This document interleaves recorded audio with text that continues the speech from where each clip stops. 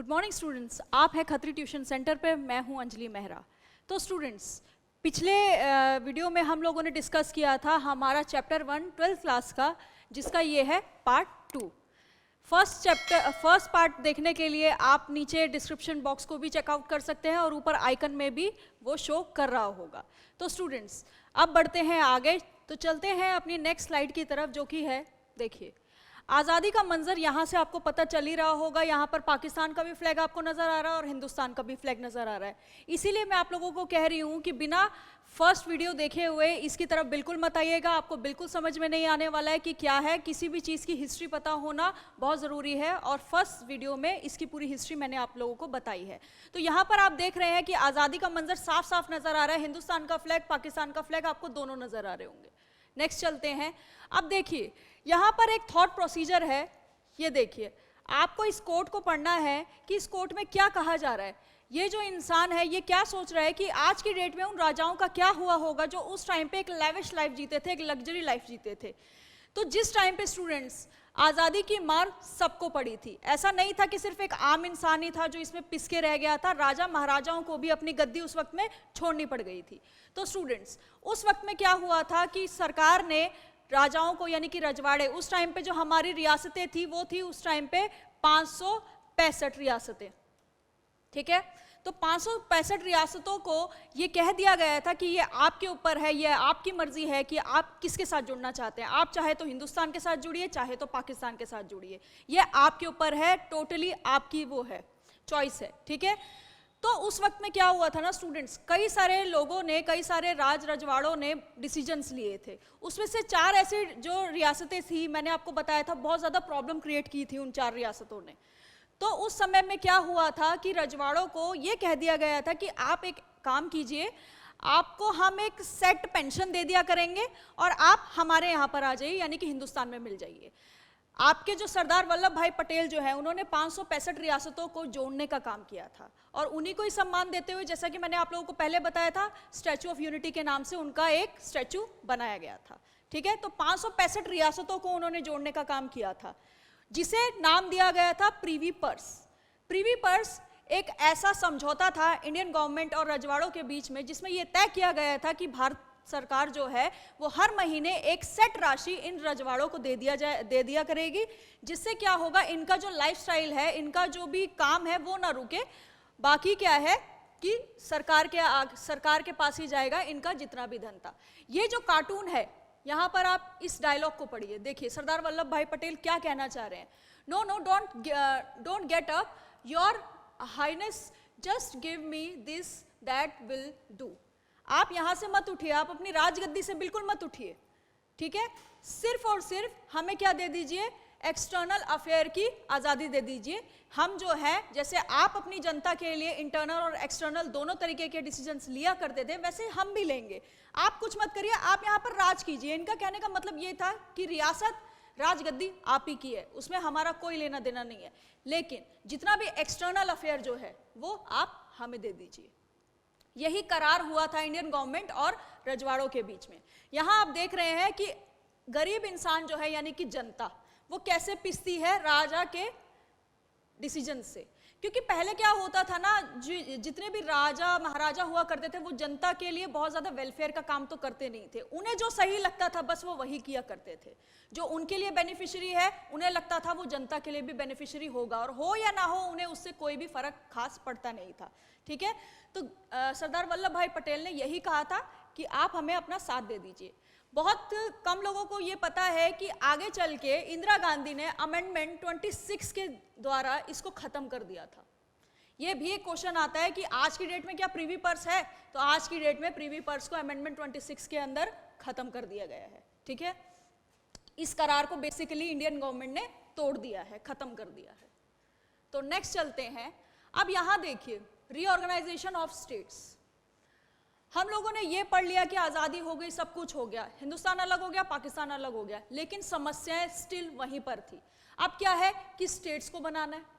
आपको क्या लगता है कि आज की डेट में जिस तरीके से मांगे उठ रही हैं कि हमें जो है अलग स्टेट का दर्जा दिया जाए, हमें अलग कर दिया जाए, ये उस टाइम पे भी था। और भारत जैसा देश जो कि विकासशील था और नया नया जस्ट आज़ाद ही हुआ था, उसके आगे ये फिर से एक नई प्रॉब्लम शुरू हो गई कि उन्हें अब स्टेट्स भी बनानी पड़ेगी, क्योंकि उस टाइम पे क्या था, एक पूरा पूरा राज्य था। लेकिन आप लोग ये भूल रहे हैं कि लोगों के बीच में कॉन्फ्लिक्ट्स तब भी थे और अब भी है।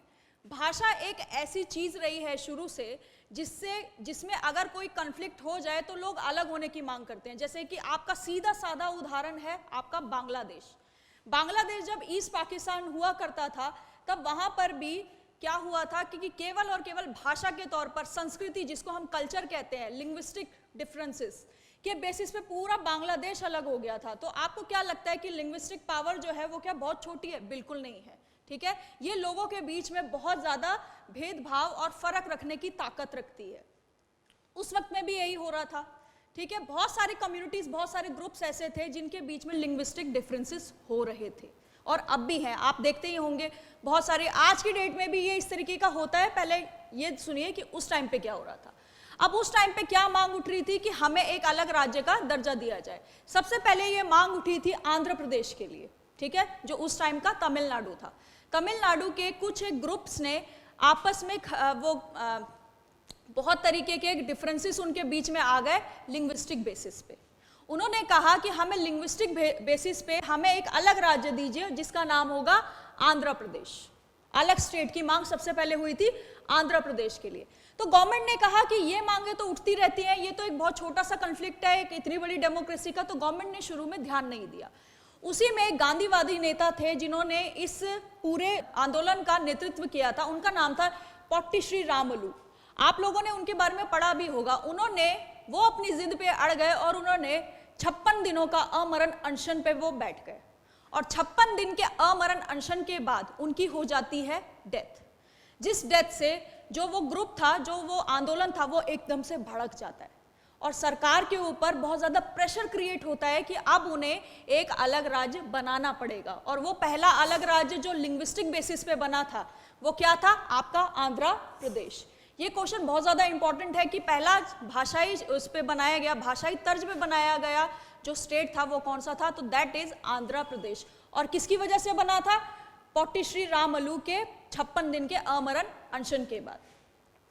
अब गवर्नमेंट ने ये सोचा कि अगर हमने एक स्टेट बना दिया है, ठीक है, लिंग्विस्टिक बेसिस पे, तो अब हमें और भी आंदोलनों का सामना करना पड़ेगा, क्योंकि कांग्रेस के 1920 के अधिवेशन में ये सेट कर दिया गया था, ये तैयार कर दिया गया था कि जब हमें आज़ादी मिलेगी तो हम बनाएंगे लिंग्विस्टिक बेसिस पे। लेकिन उन्हें ये इल्म बिल्कुल भी नहीं था कि आज़ादी जो कि धर्म के आधार पर हमें मिली थी, हिंदुस्तान पाकिस्तान जो धर्म के आधार पर जो अलग अलग हुआ, कितनी मारकाट उस टाइम पे मची थी। बहुत सारी फिल्मों में भी दिखाया गया है कि कितना बुरा हाल हुआ था। और वो जो यादें थी ना, वो अभी भी बहुत ज़्यादा ताज़ा थी, क्योंकि अभी बहुत ज़्यादा टाइम नहीं हुआ था। 1952 चल रहा था इस टाइम पे, दिसंबर का, ठीक है। तो लोग, जो हमारी जो सरकार थी, वो बहुत ज़्यादा डरी हुई थी कि अगर हमने फिर से भाषा के आधार पर ऐसा कुछ करने की कोशिश करी तो फिर से जो वो आज़ादी वाली जो त्रासदी हमने देखी थी वो शायद हमें दोबारा देखनी पड़ जाएगी, क्योंकि यादें अभी भी ताज़ा थी बहुत ज़्यादा। हम आज भी जब याद करते हैं अपने दादा परदादाओं से वो जो स्टोरी सुनते हैं, तो आज भी हम लोग डर जाते हैं कि इतना कैसे हो सकता है सिर्फ और सिर्फ धर्म के आधार पर। आज की डेट में भी आप देख रहे हैं इंडिया और पाकिस्तान के बीच के जो मसले हैं वो आज तक भी सॉल्व नहीं हुए हैं। यहाँ पर भारत में मुस्लिम समुदाय, हिंदू समुदाय में आज तक भी वो झड़पें होती रहती हैं, आज तक भी वो पत्थरबाजियां, वो नारेबाजियां, उनके बीच में आए दिन कुछ ना कुछ चलता रहता है। तो आज आज़ादी के इतने सालों बाद जब ये मुद्दा इतना गर्म है, तो सोचिए 1952 में ये कितना गर्म रहा होगा, कितना आक्रामक रहा होगा। आप जरा सोच के देखिए इस चीज़ को। तो इस चीज़ को बिल्कुल भी टेक इट ईजी वाले वे में मत लेना कि ऐसा तो होता रहता है, ऐसा बिल्कुल नहीं होता है। जिस टाइम पे जो हुआ है वो सबसे ज़्यादा खराब और भयावह तस्वीरें रही हैं, ठीक है। तो उसको डिवाइड किया गया था किस पे? भाषा के आधार पर नए राज्य बनाने की मांग उठी थी। नेक्स्ट, तो यहां पर देखिए आप, सेंट्रल लीडरशिप डिसाइड करती है कि मैटर को क्या किया जाए, पोस्टपोन किया जाए। उन्होंने बहुत ज्यादा कोशिश करी थी कि इस चीज को पोस्टपोन किया जाए, हम इस तर्ज पे किसी भी तरीके का कोई डिसीजन नहीं लेंगे। लेकिन ये जो सडन डेथ हुई ना पोट्टी श्री रामुलु की, इन्होंने सरकार की सारी नीतियों के ऊपर पानी फेर दिया। वो जो जिस डिसीजन को वो ठंडे बस्ते में डालने की कोशिश कर रहे थे, उस डेथ ने सब कुछ खराब कर दिया था। सब कुछ। सरकार को आनन फानन में दिसंबर 1952 में ये डिसीजन लेना पड़ा कि आंध्र प्रदेश नाम का एक अलग राज्य होगा, और अभी तक राज्य पुनर्गठन आयोग की भी किसी भी तरीके की कोई गुंजाइश बनने का कोई वो ही नहीं था, कोई तैयारी ही नहीं थी। लेकिन इस डेथ की वजह से राज्य पुनर्गठन आयोग से पहले ही आंध्र प्रदेश नाम का एक स्टेट उनको क्या करना पड़ गया, इमीडिएट बनाना पड़ गया, इमीडिएट फॉर्म करना पड़ गया। नेक्स्ट, अब यहां पर आप देखिए, ये जो हमारा भारत का जो नक्शा है ये उस वक्त का है जब अलग अलग राज्य जो है वो अलग होने की मांग कर रहे थे। जैसे कि आप यहां देख रहे हैं, हिमाचल प्रदेश नाम का पहले कोई भी राज्य नहीं था, ये पंजाब से अलग होके बना था, क्योंकि मैंने आप लोगों को बताया ना, हर ग्रुप की एक अलग संस्कृति थी, ठीक है। अब जैसे पंजाबियों में होता है कि वो बिंदी नहीं लगाते, सिंदूर नहीं पहनते हैं, तो हिमाचलियों में क्या होता था कि ये बिंदी भी लगाते थे, सिंदूर भी पहनते थे, तो इन लोगों का जो कल्चर था वो आपस में मेल नहीं खाता था। तो इन्होंने कहा कि भाई हमें भी अलग कीजिए, अगर आप आंध्र प्रदेश को अलग राज्य का दर्जा दे सकते हैं तो हमें भी पंजाब से अलग कीजिए, हमारी भी संस्कृति अलग है, हमारा भी खान पान अलग है, हम लोग टर्बन नहीं पहनते हैं, हमारे यहाँ के जितने भी मेल्स हैं वो टर्बन नहीं पहनते हैं, हमारे हिमाचलियों में ऐसे नहीं होता है, तो हमें भी एक अलग राज्य का दर्जा चाहिए। तो फाइनली 25 जनवरी 1971 में हिमाचल प्रदेश नाम का एक अलग राज्य बना दिया जाता है। उसके बाद यूपी जो है, आप जानते हैं कि यूपी जो है वो क्षेत्रफल में सबसे बड़ा राज्य रहा है इंडिया का, उसके भी टुकड़े होना लाजमी था, क्योंकि इतने बड़े राज्य में से बहुत सारी संस्कृतियों का निकलना, बहुत सारी संस्कृतियों का उद्गम होना बाकी था। तो आपके यूपी में से निकलता है उस टाइम पे उत्तराखंड। उत्तराखंड को 2000 में उत्तरांचल नाम से एक अलग राज्य का दर्जा देकर अलग कर दिया गया, जिसे आज की डेट में आप जानते हैं उत्तराखंड के नाम से। इसका जो नाम है वो 2006 में बदलकर उत्तराखंड कर दिया गया उत्तरांचल से, ठीक है। तो ऐसे बहुत सारी संस्कृतियां हैं जो अलग हुई, और ऐसा नहीं है कि उस टाइम पे जो अलग हो गई आज की डेट में कोई डिमांड ही नहीं है कि भाई हमें अलग करो, ऐसा बिल्कुल भी नहीं है। आप लोगों ने सुना होगा पंजाबी जो है, ठीक है, वो आज की डेट में एक अलग राज्य की मांग कर रहे हैं जिसका नाम है क्या, खालिस्तान। आपने बहुत सारे उसमें सुना भी होगा, अभी एक रीसेंट जो डेथ हुई थी सिद्धू मूसेवाल की, उसमें एक जो नाम सबसे ज्यादा निकल के आ रहा था वो आ रहा था खालिस्तान। ये वर्ड सबसे ज्यादा आपने सुना होगा, वो इसीलिए है क्योंकि वो मांग कर रहे हैं एक अलग राज्य की जिसको वो नाम देना चाहते हैं खालिस्तान, खालिस से बना खालिस्तान, ठीक है। नेक्स्ट, और ऐसा नहीं है कि सिर्फ पंजाबी समुदाय ही है जो कि एक अलग राज्य की मांग कर रहा है, ठीक है। नेपाल के जितने लोग इंडिया में आके बसे हैं वो एक अलग राज्य की मांग कर रहे हैं जिसका नाम वो रखना चाहते हैं गोरखालैंड, ठीक है। उत्तर प्रदेश में ऐसे बहुत सारे लोग हैं जो एक अलग भाषा के आधार पर एक अलग स्टेट की मांग कर रहे हैं जिसका नाम वो रखना चाहते हैं पूर्वांचल। तो ऐसी कई सारी मांगे आज की डेट में भी है, बहुत सारे कॉन्फ्लिक्ट्स आज की डेट में भी है जो सरकार अभी भी देख रही है, जिनसे वो अभी भी जूझ रही है। और भाषाई फर्क एक ऐसा फर्क है जो अच्छे अच्छे लोगों के बीच में डिफरेंस पैदा करने की कैपेबिलिटी रखता है। अगर ऐसा नहीं होता तो कभी भी बांग्लादेश जैसा इतना बड़ा देश फॉर्मेट नहीं होता, वो नहीं बनता अगर भाषा का इतना फर्क नहीं पड़ता। बहुत सारे बच्चों का भी ऐसा वो क्वेश्चन मैं देखती हूँ, उनका कहना होता है मैम कि लिंग्विस्टिक बेसिस पे इतना ज़्यादा कैसे हो सकता है, दो ग्रुप्स में या दो लोगों में जो डिफरेंस है वो कैसे हो सकता है। तो इसे सिर्फ एक लिंग्विस्टिक के हिसाब से मत देखिए, इसे कल्चर के हिसाब से देखिए, पहनावे के हिसाब से देखिए। अगर आपके सामने आप सलवार कमीज पहनने वाले हैं, ठीक है, और आपके सामने अगर कोई जीन्स में या फिर कुर्ते पजामे में आकर कोई खड़ा हो जाता है तो आपको भी लगेगा ना कि यार ये कैसा इंसान है, ये तो बहुत पिछड़ा हुआ है। अगर मैं जीन्स में हूँ, मेरे सामने अगर कोई सूट वाला इंसान खड़ा हो जाता है, कोई सूट वाली लड़की खड़ी हो जाती है, तो मुझे भी लगेगा कि ये तो बहुत पिछड़ी हुई सी है। आज की डेट में 2022 में जहां वुमेन एम्पावरमेंट की इतनी बात हो रही है, ये सूट में क्या कर रही है। तो सबकी आइडियोलॉजीज, सबकी जो थिंकिंग है, सबका जो ओपिनियन है वो अलग होता है, और यही ओपिनियन जो है वो आगे चलकर एक डिस्प्यूट का फॉर्म ले लेता है। तो इसे बिल्कुल भी छोटा समझने की गलती तो बिल्कुल मत कीजिएगा। तो नेक्स्ट हम देखते हैं। तो स्टूडेंट्स यहाँ पे आप देखिए, अब बेचारे जवाहरलाल नेहरू जो है वो बिल्कुल असहाय स्थिति में बैठे हुए हैं, और इतने सारे देशों की जो है अलग देशों की मांग हो रही है कि भाई अलग अलग समाज, अलग अलग रूप से। देखिए इंडिया जो है वो फुल ऑफ डाइवर्सिटी है। आप लोगों ने पिछली क्लासेस में भी पढ़ा होगा कि इंडिया जो है वो फुल ऑफ डाइवर्सिटी है। यहाँ पे अलग धर्म, अलग जाति, अलग भाषा बोलने वाले लोग रहते हैं, और भाषा का स्टूडेंट्स ऐसा है कि ये हर कुछ किलोमीटर्स में बदलती है, ये बिल्कुल स्टैटिक नहीं होती है। आपने अपने यहाँ पर भी देखा होगा कि बहुत सारे समुदाय से लोग आते हैं और अलग अलग भाषाओं का उच्चारण करते हैं। तो भाषा एक ऐसी चीज़ है जो हर कुछ किलोमीटर्स में बदल जाती है, और भाषा के हिसाब से अगर यहाँ पर अगर स्टेट्स बना दिया जाए ना तो वो कई हज़ारों में जाएंगे। तो इंडिया को कई हज़ारों वाली कैपेबिलिटी तो नहीं बनाना है ना कि 1000 देश हो जाएंगे तो इंडिया चलेगा कैसे? यहाँ का डेमोक्रेसी कैसे फॉर्म होएगी, कैसे चलेगी, कैसे क्या होगा? कॉन्स्टिट्यूशन तो बिल्कुल फेल हो जाएगा अगर 1000 से ज़्यादा ऊपर यहाँ पर स्टेट ही स्टेट हो जाएंगे। कौन चलाएगा इतनी बड़ी डेमोक्रेसी को, इतने सारे स्टेट्स को? आज की डेट में जब 29 स्टेट्स हैं, 29 हो रहे हैं, तो उसको चलाना, उसका पूरा वो करना कॉन्स्टिट्यूशन के हिसाब से इतना ज़्यादा मुश्किल हो रहा है, क्योंकि आए दिन यहाँ पर दो ग्रुप्स में, दो मजहबों में तनाव की स्थिति रहती है। तो 1000 स्टेट्स अगर हो जाएंगे तो आप सोच सकते हैं कि क्या होगा। और यहाँ पर क्या है कि फुल ऑफ डाइवर्सिटी है, धर्म अलग, भाषा अलग, जाति अलग, कल्चर अलग, पहनावा अलग, बातें अलग, मान्यताएं अलग। तो कैसे क्या किया जाए, किस किस को अलग स्टेट देंगे? इंडियन गवर्नमेंट किस किस को अलग स्टेट देगी? तो इसीलिए ये कार्टून जो है वो यही दिखाना चाह रहा है कि समाज तो बहुत सारे हैं, ग्रुप्स तो बहुत सारे हैं, और अलग से बेचारे एक इंडियन गवर्नमेंट यानी कि जवाहरलाल नेहरू किस किस को देंगे अलग स्टेट? ऐसे करके बहुत सारे प्रेशर्स हो गए, बहुत सारी डिमांड्स आने लगी कि भाई आपने उनको अलग कर दिया। और ये बिल्कुल ऐसे हो जाता है कि जैसे एक टीचर जो है अगर एक बच्चे को गुड़ दे देती है तो सारे बच्चे बोलने लग जाते हैं ना कि हमें भी गुड़ चाहिए, हमें भी गुड़ चाहिए, आपने उसको तो दे दिया, फिर ना दो तो नहीं, आपने उसको तो दिया है तो हमें क्यों नहीं? ये बिल्कुल वो वाली स्थिति आ गई है इनके सामने, और ये बिल्कुल असहाय है कि इतने सारे लोगों को कहाँ से अलग स्टेट दे दूं। ठीक है, तो और देखिए, जहां मैं आप लोगों को बता रही थी कि पोट्टी श्री रामलू जो है, यहां पर देखिए, ये एक गांधीयन वर्कर थे, ये गांधीवादी विचारधारा से बहुत ज्यादा प्रभावित थे, इसीलिए इन्होंने 56 दिनों का जो है आमरण अनशन किया था आंध्र प्रदेश के लिए। ठीक है, इनकी जो ये बायोग्राफी जो है ये आती है 12th क्लास में, बहुत ज्यादा इंपॉर्टेंट है, आप लोगों को पता होना चाहिए कि इन्होंने क्या किया था। इनका बहुत बड़ा योगदान रहा है आंध्र प्रदेश को बनाने में। ठीक है, ये क्या थे? एक सत्याग्रही थे।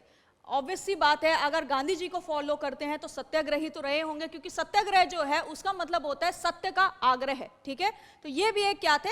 सत्याग्रही थे। नेक्स्ट, अब यहां आप देखिए, यहां पर जो सबसे बड़ी समस्या जो है इंडिया सिंस इंडिपेंडेंस, ये जो समस्या है ना, ये जो जिन जैसा जो आपको दिखाई दे रहा है, इसका मतलब है कि सबको लिंग्विस्टिक आधार पर एक अलग स्टेट देना। ये समस्या जितनी छोटी आप लोगों को लग रही है उतनी छोटी थी नहीं। ठीक है, क्योंकि राज्य पुनर्गठन आयोग के लिए ये बहुत ज्यादा मुश्किल हो गया था कि इतने सारे लोगों के लिए अलग अलग स्टेट्स की जो डिमांड आ रही थी, किसको पूरी करें, किसकी सुने, कहां से सुने। क्योंकि ऐसा करने से क्या होता है ना, जब आपने एक स्टेट को अलग कर दिया, आंध्र प्रदेश नाम का जब एक अलग स्टेट बन गया, तो लोगों में जो वो सहिष्णुता जो थी ना, जो टॉलरेंस जिसको हम आज की डेट में कहते हैं, वो खत्म हो गई थी। लोगों ने सोचा कि इतने सालों से तो साथ रह ही रहे थे, नहीं बन रही है हमारी, हमें भी अलग कर दो। तो वो जो थोड़ा बहुत चांसेस थे भी ना उनके आपस में रहने की और निभने की, वो भी चांसेस खत्म कर रहे थे लोग। तो यहां पर देखिए, अब यहां पर आप देखिए स्टेट रिकॉग्नाइजेशन कमेटी, यहां आपको नजर में आ रहा है राज्य पुनर्गठन आयोग, जो कि इतनी सी बोतल है। ठीक है, उसके लिए कितना ज्यादा मुश्किल है इतने बड़े जिन को इसमें फिट कर पाना, ये सबसे बड़ा चैलेंज था उस टाइम का। और यहां आप देखिए जितने भी पॉलिटिशियंस हैं वो क्या कर रहे हैं, इसको अंदर करने की कोशिश कर रहे हैं। तो ये जो कार्टून है ये बहुत ज्यादा इंपॉर्टेंट है और 6-6 नंबर में आ जाता है कई बार। तो आप लोगों को पता होना चाहिए कि ये जो जिन है वो क्या समस्या है। वो ये समस्या है कि इतने सारे स्टेट्स को क्या मान्यता दे, किसको मान्यता दे, किन बेसिस पे रिजेक्ट करें, और रिजेक्ट करें अगर किसी बेसिस पे रिजेक्ट हो भी गया तो आंध्र प्रदेश जैसी वाली तो स्थिति नहीं हो जाएगी जैसे पोट्टी श्री रामलू के टाइम पे हुआ कि डेथ हो गई, सडनली सब कुछ करना पड़ गया। और दंगे फसाद तो उस टाइम पे भी बहुत ज्यादा हो रहे थे, ऐसा नहीं है कि उस टाइम पे बहुत लोग शांति से काम ले रहे थे, क्योंकि लोग जो है ना वो अपने इतिहास से किसी भी तरीके की सीख नहीं लेते हैं। हिस्ट्री अपने आप को तभी रिपीट करती है जब आप बार बार की गलतियों से किसी भी तरीके की सीख नहीं लेते हैं। तो ये है आपका कार्टून, और ये मैंने जो आपको बताया है, ये क्वेश्चन आता है कि ये कार्टून क्या कहना चाह रहा है। तो यहां पर पहले देख लीजिएगा कि ये कार्टून क्या कहना चाह रहा है। ठीक है, नेक्स्ट, अब यहां पर आप देखिए 1955 में जो है इनकी पहली रिपोर्ट आती है। कई बार ये क्वेश्चन आ जाता है कि स्टेट की जो है ये आपके राज्य पुनर्गठन आयोग की जो पहली रिपोर्ट आई थी वो कब आई थी, तो वो आई थी 1955 में। ठीक है, तो ये इन्होंने जो है आजादी के बाद जो सबसे बड़ा अगर किसी ने रोल प्ले किया है तो वो इसी ने किया है, क्योंकि इनकी समझदारी की दाद देनी चाहिए, क्योंकि जितना आसान हमें ये आज की डेट में लग रहा है ना कि एक स्टेट ही तो बनाना था, इसमें इतनी बड़ी क्या बात थी, लेकिन वो स्टेट बनाने के लिए भी कितनी समझदारी, कितनी शांति, कितना पढ़ा लिखे की जरूरत है, कितनी ज्यादा उसमें लिखा पढ़त चाहिए, वो सिर्फ यही जानते हैं। और उस टाइम के स्ट्रगल, क्योंकि राज्य पुनर्गठन आयोग की बहुत ज्यादा आलोचना भी हुई थी उस टाइम पे कि ये क्या काम कर रहे हैं, सबको तो मान्यता दे नहीं रहे हैं। आप मुझे एक बात बताइए, अगर 1000 लोग हैं, ठीक है, उन 1000 लोगों की अलग अलग जाति है, तो वो हर तरीके से अपने आप को अलग मानेंगे, ठीक है, जो थोड़ी बहुत उनमें टॉलरेंस थी वो भी खत्म। अब वो 1000 लोगों को अगर ऐसे स्टेट अलग करने लग गए तो कितनी स्टेट्स बन जाएंगी, जैसा कि मैंने आप लोगों को पहले बताया। और इतनी सारी स्टेट्स को एक साथ लेके चल पाएगा इंडिया? यहाँ पर वैसे ही इतनी ज्यादा आबादी थी, आबादी के उस पे सिनेरियो में इंडिया का मुकाबला शुरू से कोई नहीं कर पाया। और एक नई नई स्टेट जो कि अभी जस्ट आजाद ही हुई है, उसके लिए इतना भार एकदम से आ जाना, गरीबी भी यहाँ पर है, लोग अनपढ़ भी हैं, लेकिन उनको ये पता है कि उन्हें क्या चाहिए। तो एक ऐसा स्टेट जो कि अभी अभी आजाद हुआ है, उसके ऊपर इतना ज्यादा बर्डन पड़ जाना बहुत ज्यादा दयनीय था उस टाइम पे। तो इनकी समझदारी की हम दाद देते हैं कि उन्होंने क्या क्या स्टेट्स बनाए और कितनी समझदारी से उस टाइम पे इन्होंने काम किया। अब यहां देखिए, चैलेंजेस ऑफ नेशन बिल्डिंग। मैंने आप लोगों को पहले भी बताया था कि चैलेंजेस जो है वो इंडिया जब आजाद हुआ था उसी के साथ शुरू हो गए थे। इंडिया जो है वो एक विकासशील देश की गिनती में चला गया, पहली बात, ठीक है। दूसरी बात ये था कि यहाँ पर क्या थी, बहुत ज़्यादा गरीबी थी, लोग अनपढ़ थे, लोगों को पता ही नहीं था। और उस अनपढ़ होने के चलते जिस टाइम पे हमारा पहला आम चुनाव जो कराया गया था, लोगों को ये तक नहीं पता था कि वोट कैसे डालना है और किसको डालना है। आप समझ सकते हैं कि एक ऐसी जनसंख्या, इतनी बड़ी जनसंख्या और अनपढ़ जनसंख्या, जिनसे अंग्रेज अभी तक केवल अपने नाखून कटवा रहे थे, बाल साफ करा रहे थे, पैर साफ करा रहे थे, उन लोगों के ऊपर इतनी बड़ी जिम्मेदारी डाल देना कि आप अपनी सरकार बनाइए। आप समझ सकते हैं कि मतलब जिन लोगों ने इंडिया के जिन लोगों ने आज से पहले केवल और केवल अंग्रेजों की ही देखरेख करी थी, वो अपना नेशन जो है वो बिल्ड करने चले थे।